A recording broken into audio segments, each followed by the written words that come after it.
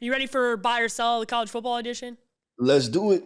All right, this is Buy or Sell College Football Edition brought to you by our friends at Panini America. Please be sure to go buy some trading cards for your favorite college football player who might end up being a superstar in the NFL, and it might be worth a stock like NVIDIA in 20 years, okay? So never know what you might end up with. So let's start with this.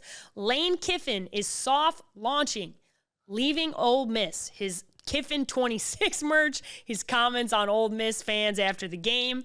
Buy or sell, Keith? I am buying this. What Lane Kiffin is doing right now, right? Because he still understands that I have a team that I have to coach, right? They're ranked inside the top 10, right? They have an opportunity, a very realistic opportunity to win a national championship. But what Lane Kiffin is doing, he knows he's out of there. So he's trying to figure out where my next destination is. So all of these things getting drummed up, I think he's trying to get the Giants to move faster, to say, hey, like if you're going to make a move on me, let me know now so I can commit to y'all and we can get this thing wrapped up. Or even if it's something we do under the table, right? And he can do that because I honestly, you look at Ole Miss, you look at LSU, you look at Florida, the New York Giants, and you said this, right? This is a global brand, right? And you probably want to get out of college football, don't have to deal with NIL anymore, and you get to coach your former quarterback. So I definitely think he's soft launching. He's putting out fillers out there, trying to see who wants to bite. Lane's doing Lane stuff. This is Lane Yep. training at his Bait 'em and hook 'em. finest. Lane's doing, listen, and I don't blame him. It's fun to be in the center of attention, everybody trying to get you to come dance.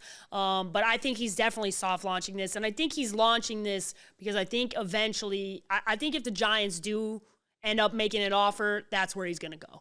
Now, the Giants are going to be put in a very interesting position here because they're not going to be in the position to hire him in the same time frame that these college programs that are open are. So there has to be some under-the-table conversation, and I do believe he is using everything that he's doing tactically to make a decision that he wants. Now, is that decision to end up with the New York Giants? I don't know. It's just my best guess because I can't imagine that the Giants wouldn't want Lane Kiffin, and I can't imagine Lane Kiffin wouldn't want the Giants in comparison to all the shit show that is college football right now. Yep. So I think, yeah, he's soft launching, and he might soft launch this just to get a lot of attention, get a ton of money, and stay at Ole Miss. It's the best thing about what's going on. We have absolutely no idea where Lane, and everybody's tracking planes going all over the country as of right now.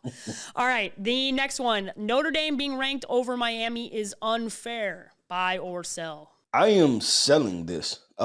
Notre Dame is ranked over Miami because Notre Dame has been the more consistent football team over the past 8 weeks, right? Miami, you fluttered, right? Like you've had mishaps, you've had mistakes, you haven't looked good. Carson Beck has been up and down. Notre Dame has an identity, and that's why they're ahead of the Miami Hurricanes. With Miami, we don't know what Miami's going to be from week to week. So I'm buying this. I think that I'm selling this. I'm sorry. Yeah. I think that Notre Dame should be over Miami Hurricanes. I'm in full agreement with you here. I'm selling this as well. I think fair is not something that matters in sports. It's just not how that goes. So bringing that word up in general, Miami fans, I ain't going to feel bad for you because that's not how life goes.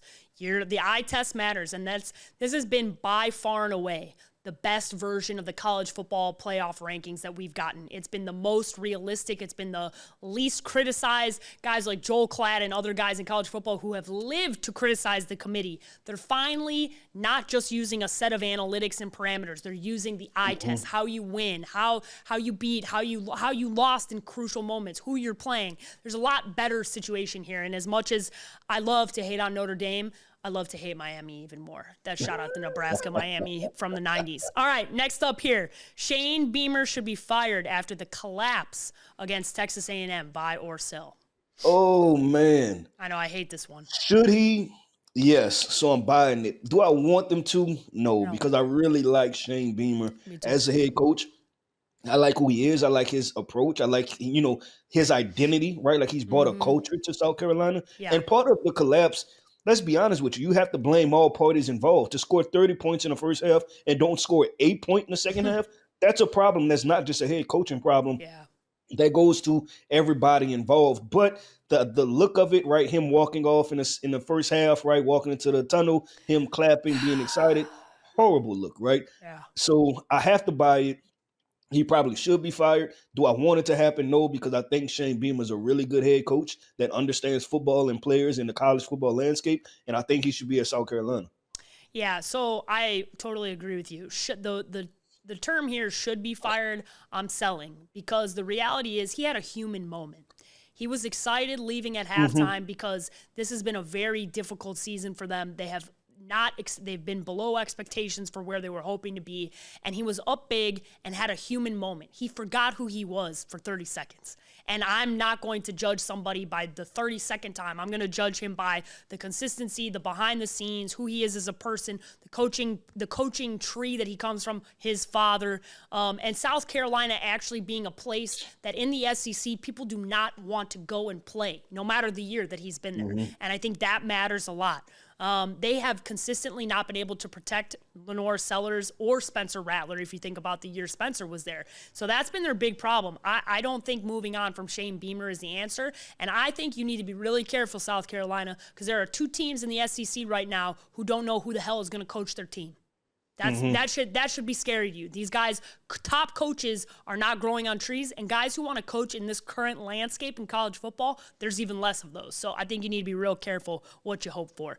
Next one here, though. This one I'm excited to talk about. Ahmad Hardy is the best running back in college football. Keith, buying or selling?